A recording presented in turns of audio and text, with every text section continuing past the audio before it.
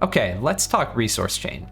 So one of the coolest things is that humans can thrive on Mars by creating and importing the right technology to utilize the resources that can come from the surface of Mars and also the atmosphere.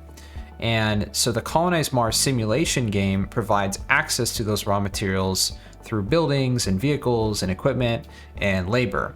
And the economy, though, it costs certain amounts to go from those raw materials to usable resources. But any smart player knows that it's all about lowering those costs and maximizing that yield. So if you master the resource chain, you're going to be able to expand your NFT collection as quickly as possible and maximize your MARTIA earnings. So let's jump over to the screen and show you exactly how to do that. So once you log in, you'll be on the mission control page, and I'm gonna focus on the resource chain and how to optimize it. So this is the resource chain module, and you can go into the resource chain page by clicking this button here. So this is the resource chain page, and there's two main sections here. The top one is a chart, which shows you your production for the hour. So the resource chain runs every single hour, and it will update these values based on the last hour's run. And so here you can see I'm doing net positive resources. If I had any net negative resources, they would be over here.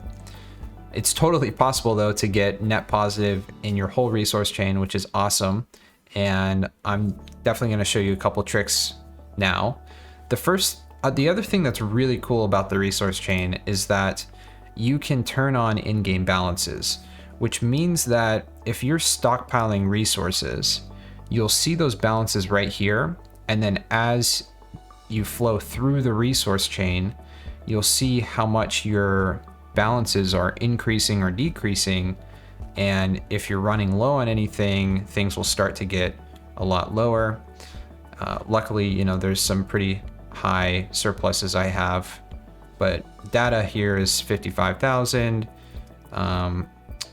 The social labor is getting a little bit down there, but that's another really good technique, which I can show you guys how to also tweak. So the first thing I'm going to do is go over to editor mode, click that on, and editor mode allows me to fine-tune the percentage of MARTIA production versus resource production for each item.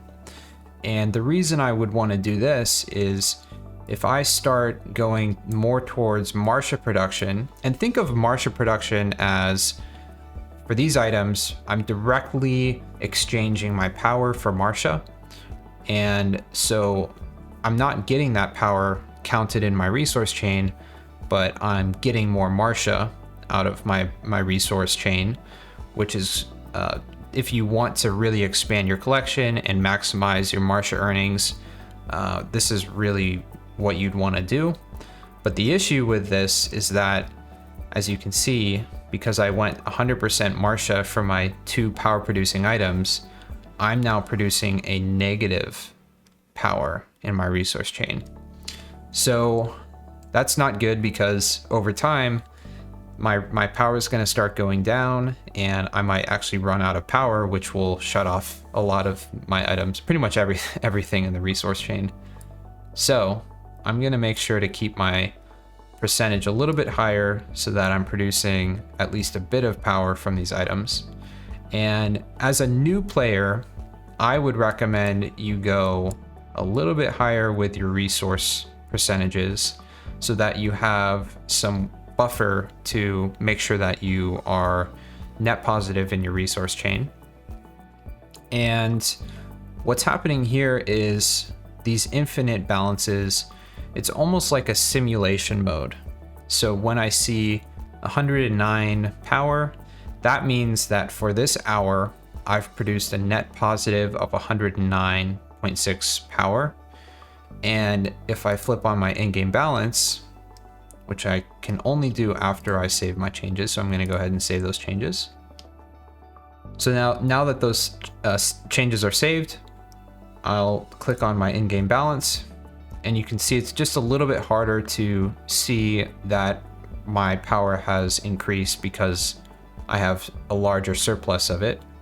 So this simulation mode just helps me understand the net positive and net negative resource production per hour.